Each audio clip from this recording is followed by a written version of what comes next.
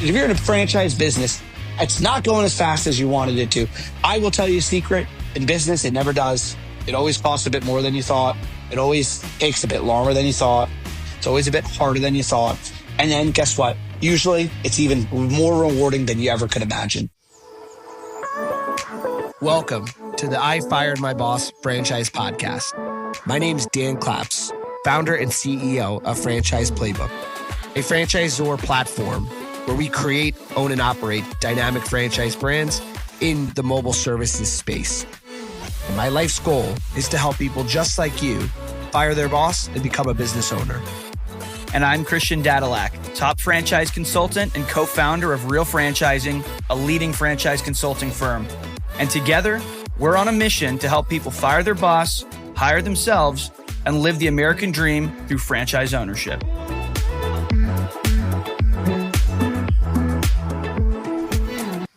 Hello, and welcome to a new episode of the I Fired My Boss podcast with your host, Dan Claps, CEO of Voda Cleaning Restoration and host of the I Fired My Boss podcast. Really excited to dive into this episode here today. I'm going to be talking about mayor of the town and what that really means to me when it comes to home service businesses and really any business in general, especially on a local side, right? So when you're serving a community, whether it's a gym or a home service company or spa, massage, whatever.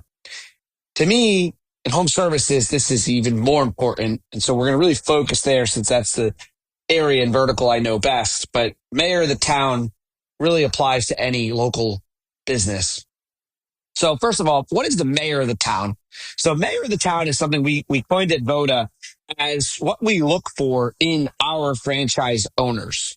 And it's really when you think about a home services company, think back to when you were growing up. Like when I was growing up, when we played baseball or soccer or any sports, I think back to the baseball uniforms having the logo, or the name of the company on the back of the jerseys of a local company. A lot of times it was a contracting company in my town.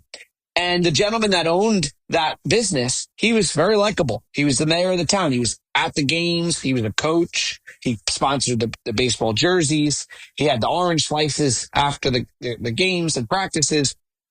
He was out there, and you knew that if you went to him, he would take care of you. You knew everybody in the town. He was out there making it happen. He was a local hero, really. And when I think about a mayor, it's someone that's out there in their communities giving back often, right? And so often in home services, you can do so much with lead generation. There's great services, but at the end of the day, unless you're willing to spend substantial amounts of money, you can't just run lead gen. And I actually think even if you were to spend tremendous amounts, you're still going to need that local presence, And so in franchising, I feel like SEO and lead generation for local service, Google guaranteed ads and everything to do with Angie and Thumbtack and setting up all of these things and your PPC campaigns and setting up all of your different marketing endeavors can happen. And then you should focus on being the mayor of the town. And so let's break down what the mayor of the town really is. To me, there's a few things that as an owner, you should hold on to and do yourself in the very beginning. So let's work out a playbook on that.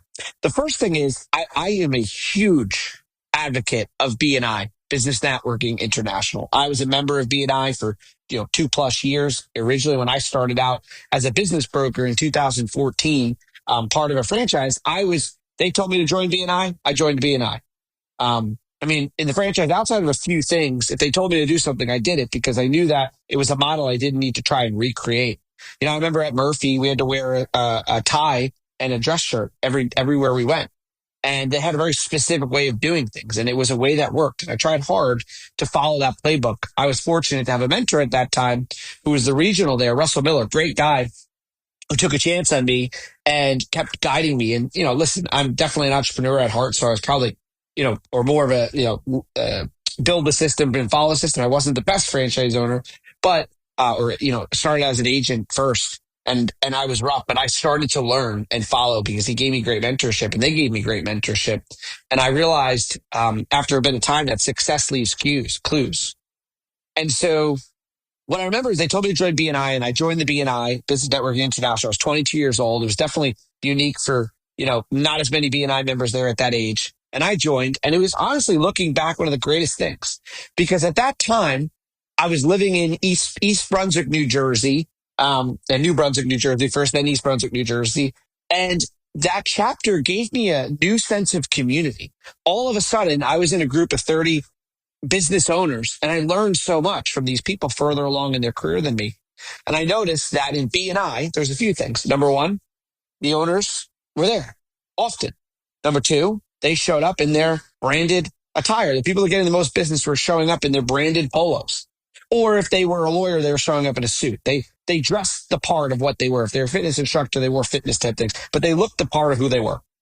I remember being part of BNI, and there was a plumber and a roofer and a cleaning restoration company. Didn't know anything at that time about that industry, but there was cleaning restoration. There was a lawyer. There was several different types of law practices.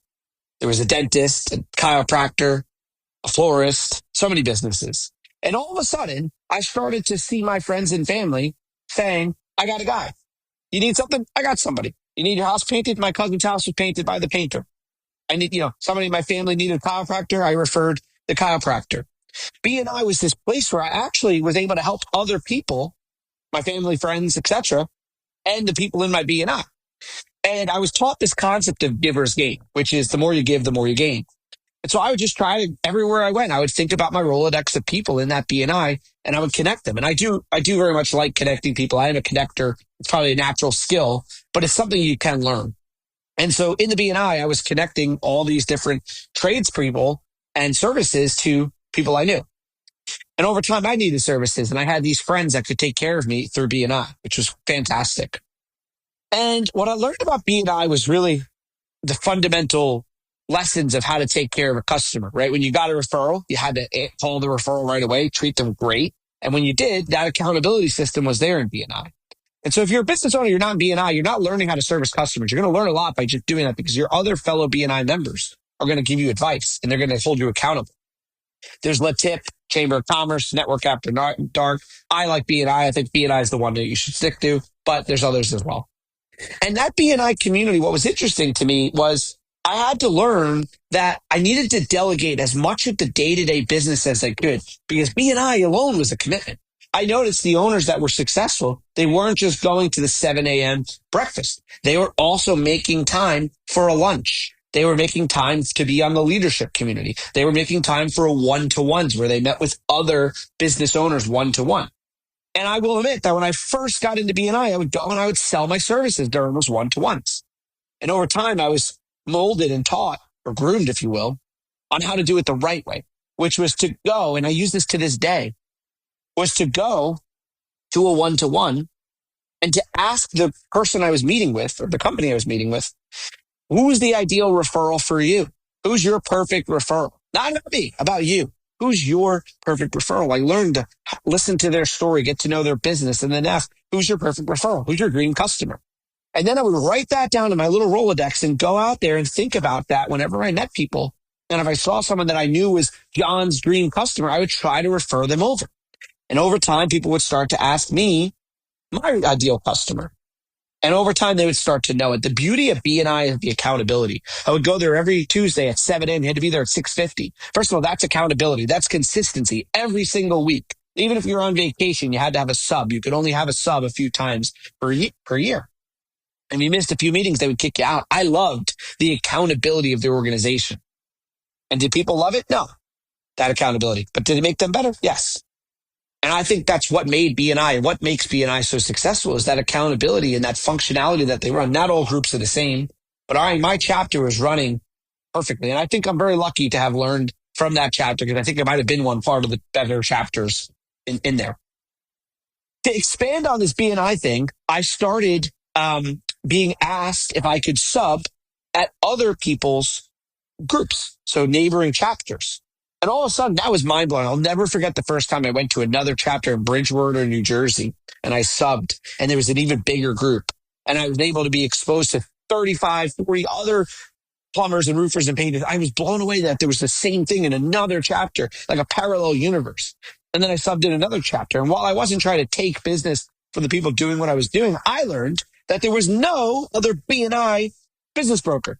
So next thing you know, I was having this network effect of getting into so many chapters consistently. I wasn't just subbing once, by the way. I would sub, I'd do one-to-ones. B&I was probably a third of my business development activities.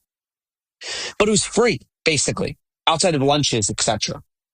And when I started out, that was key.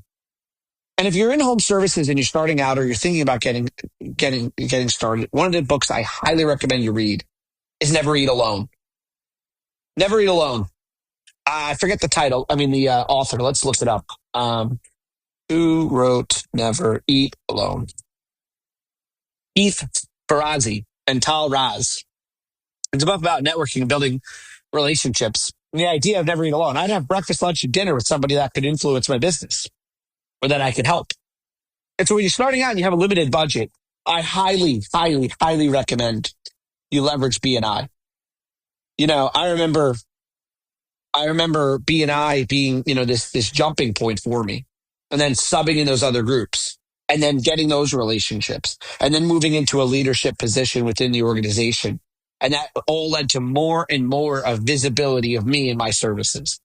To this day, I attribute some of my success to what I learned in B&I around asking people who their ideal referral is, learning how to do business with others and how to build long-term relationships and how to educate versus sell and how that would lead to more business.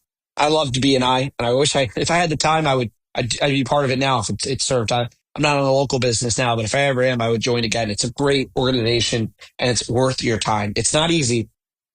Simple, but it's not easy. But it's a great system to be a part of.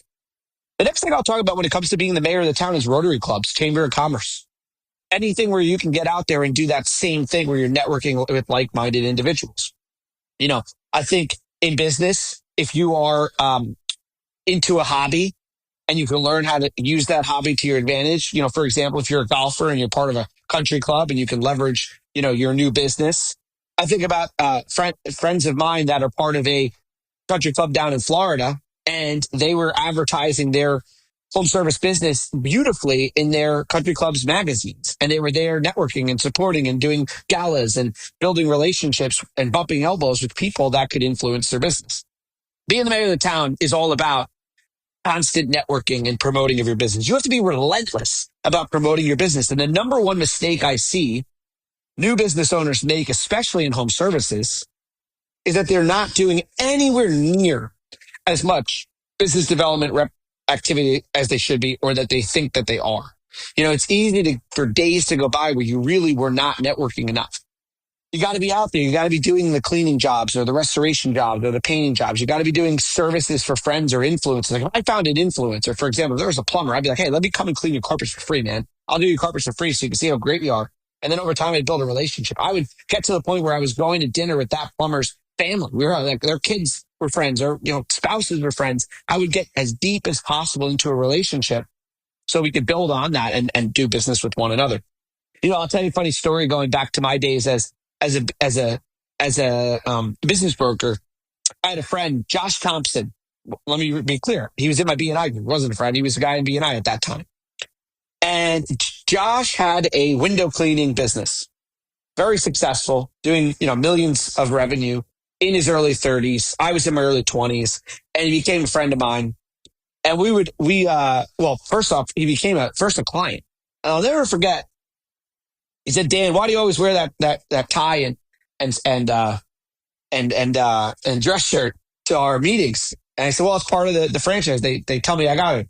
He said, well, come to dinner with me and don't wear it tonight. So I didn't wear it, and we ended up hanging out and building a real relationship. And the next weekend, I think we went skiing. I stayed in his house and became friends with his wife and their kids. And it was interesting how that relationship became a friendship.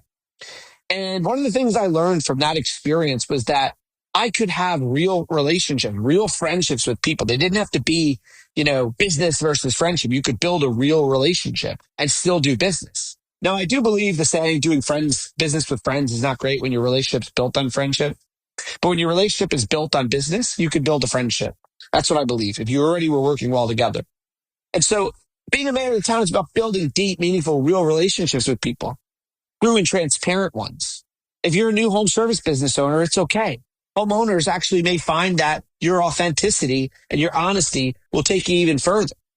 If you make a mistake, it's okay, as long as you're going to make it better. Being the mayor of the town is not about being perfect. It's about being solutions oriented. Now, another thing I'll share is a little bit more industry specific. If you're in restoration, I highly recommend you go on over to supply houses where plumbers hang out.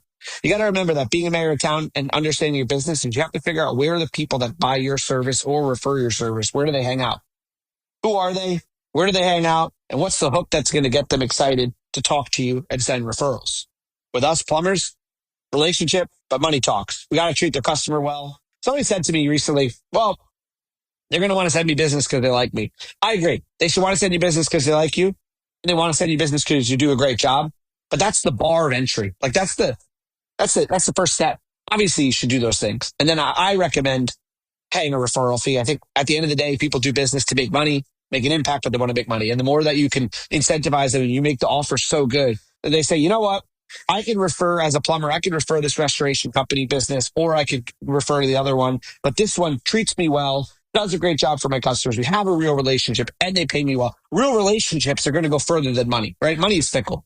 If one restoration company is paying 500 and then the next one's 1,000, they're going to jump over. But if you have a real relationship that's deep, it's not going to be about that money. Now, if you're not paying anything, I do think money does matter. If you're paying a fair referral fee and you have a deep, meaningful, real relationship, you can go so far. Say to property managers, a few property managers can make your whole business. And so, you got to understand where to network. And, as a roofer, you're going to go to a different, area to network and you're going to do different things. But the more that you can understand this concept of being the mayor of the town, the more that your online marketing is going to work.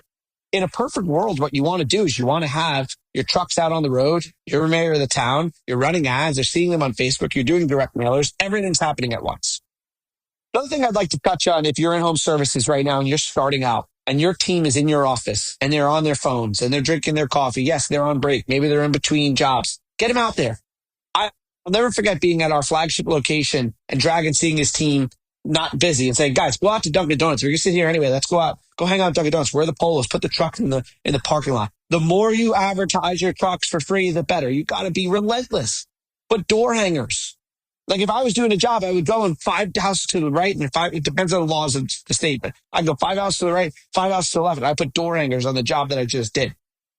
If I did a restoration job or a cleaning job, I would ask the homeowner if they would allow me to put a sign in the front yard for a discount.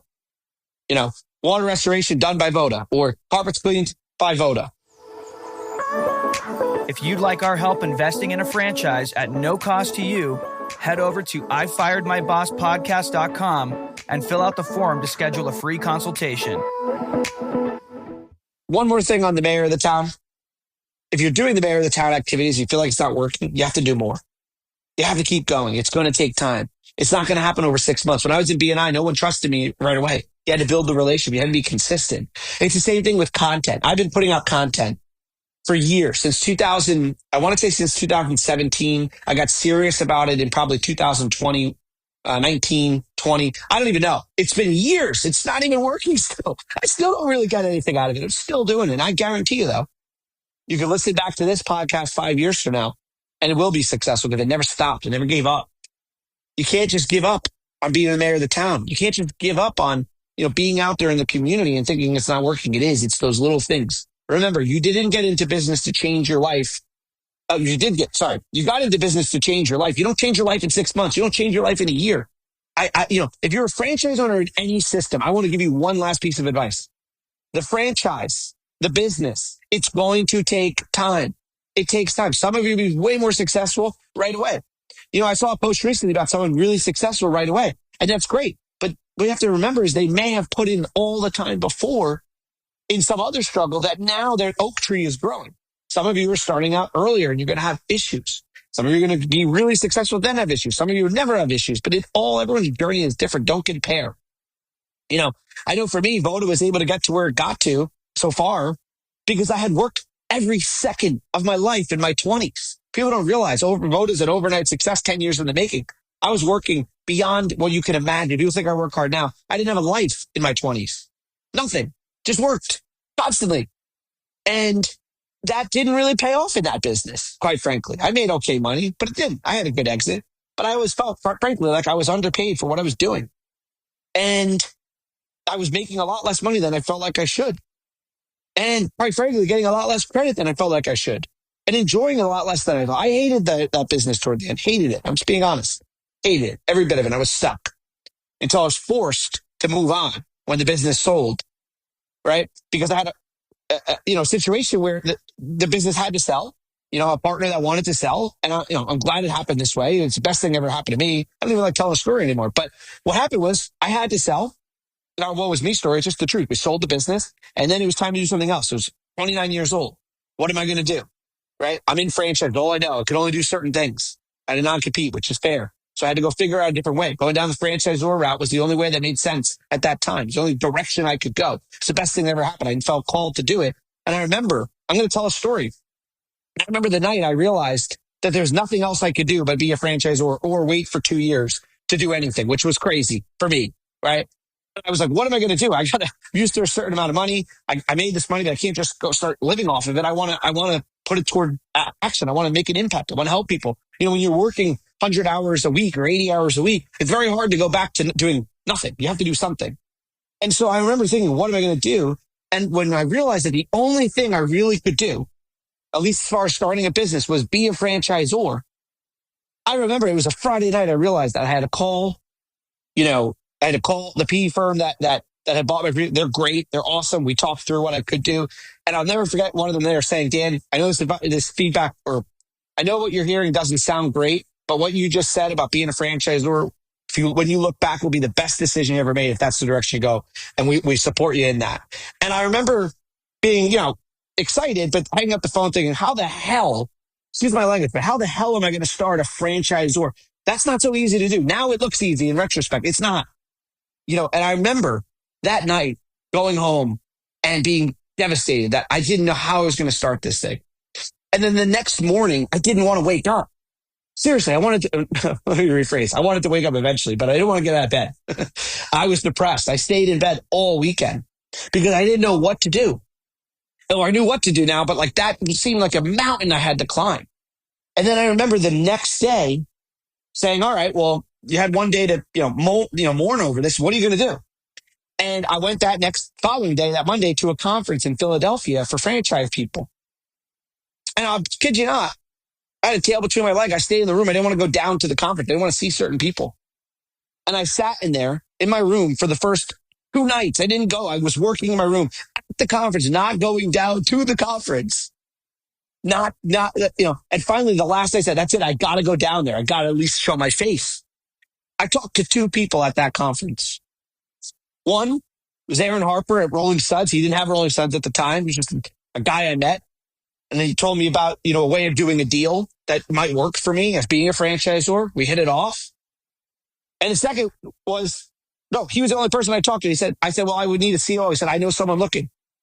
The second person was our COO now, my co-founder, our business partner, who was at that conference, who only told one person he was thinking about making a change. And that one person only told me, and they weren't looking, and I was at that time.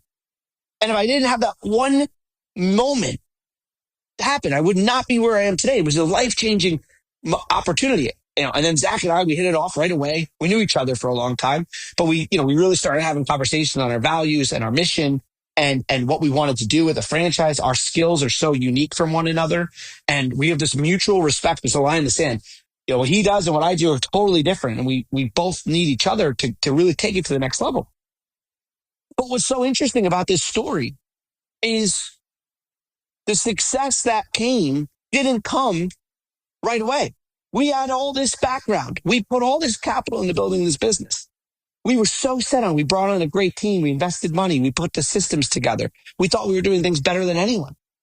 And we launched the business and no one wants to buy it. You've heard the story if you've heard anything from me. We don't want to buy our business in April 2023, May, June. No one's buying our franchise. We're losing payroll.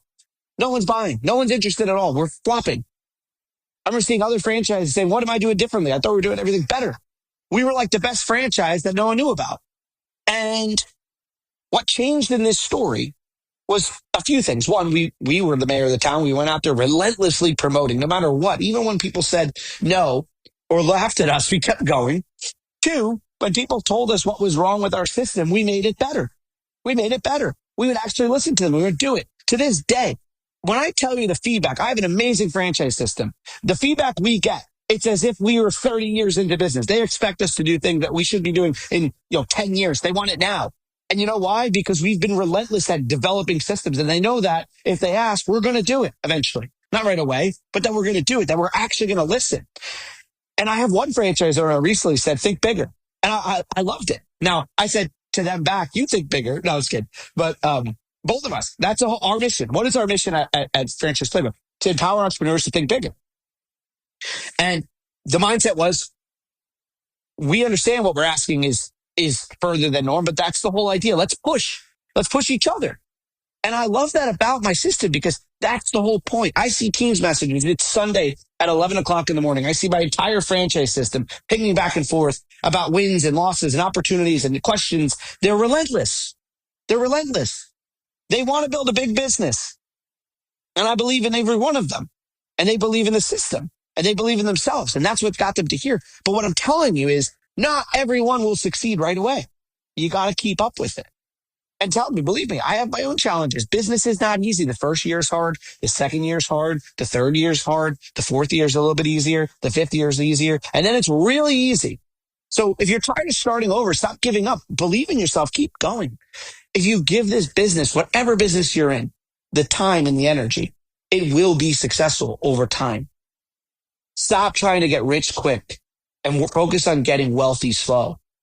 Realize that with the long enough time horizon and enough consistent work, you can accomplish anything, right? If you think about anything, think about someone who loses hundreds of pounds and then runs marathons, right? They didn't run one day and then they could run a marathon. They ran a little bit every day consistently. If you brush your teeth for 5 hours one time, it doesn't make your teeth white, right? You have to brush your teeth every morning and night consistently over a long period of time and they'll be white and stay white, right? You don't get in shape by going to the gym once or even by going to the gym intensely. You get in shape by consistently working out. You get in shape, the compounding effect by Darren Hardy, great book, Compound Effect. Long time horizon, long goal, consistent effort there, work backwards. That's the way you get there. I'm sorry I'm on a little bit of a rant, but this is something I've really been thinking about. When you want to achieve big goals, you get there by setting small steps. One of my favorite stories is Starbucks. They had to do $1 billion more in revenue to turn the company around. It's a huge goal, $1 billion that year. And what they realized was that on the individual level, they had to do 10 cups more a day per store. And they created an ecosystem where everyone was motivated to sell those 10 extra cups a day, down to the baristas. Baristas, right, can't control the ad that goes on, for Starbucks or the promotions they run or the SEO or anything else. All they can control is what's in the four walls of their business. What they can control is getting people in. Right? They can control people getting people in the doors or coming back in the door, excuse me. So what they would do is they would write the name properly with Sharpie. They would be friendly and they'd get out of 10 people, let's get 5 more each to come back tomorrow.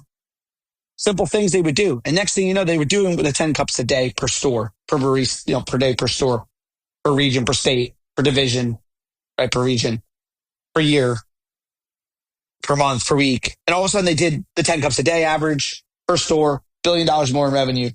They got to that huge goal with small steps. You don't eat an elephant in one bite. You eat an elephant in bites, many bites. It's all about consistency. So hopefully if this message, if you're in a franchise business, it's not going as fast as you wanted it to. I will tell you a secret. In business, it never does. It always costs a bit more than you thought. It always takes a bit longer than you thought. It's always a bit harder than you thought. And then guess what? Usually it's even more rewarding than you ever could imagine. You didn't get into entrepreneurship for the reason to get quick. You got into it to change your life. I'm going to say one last thing on this topic. Entrepreneurship is about living life for a few years like no one is willing to. So then the rest of your life, you can live how others can't. You want to hear, oh, you got lucky. Oh, you must be nice. Oh, you don't, all these different things. Then hear right now what I hear. Oh, you work too much. You don't have balance. Life's not just about work. Whatever else I hear from people all the time. And then you'll hear, you just got lucky. Must be nice. Trust me. Keep going. Don't let anyone detract you from your goal, from your vision. Stay focused. Do the one thing over and over and over. Solve the problem in your community. Be the mayor of the town and believe in yourself. And your chance of success will be a lot higher. Thanks for tuning into the I Fired My podcast, aka Red Bull rant today. But hopefully it was helpful. See you all soon. You're f***ing fired. If you want to say those words to your boss, make sure you head on over to ifiredmybosspodcast.com and fill out the form to schedule a no-cost consultation. And if you enjoyed this episode, make sure to subscribe, leave a review, and share with a friend who might also want to fire their boss.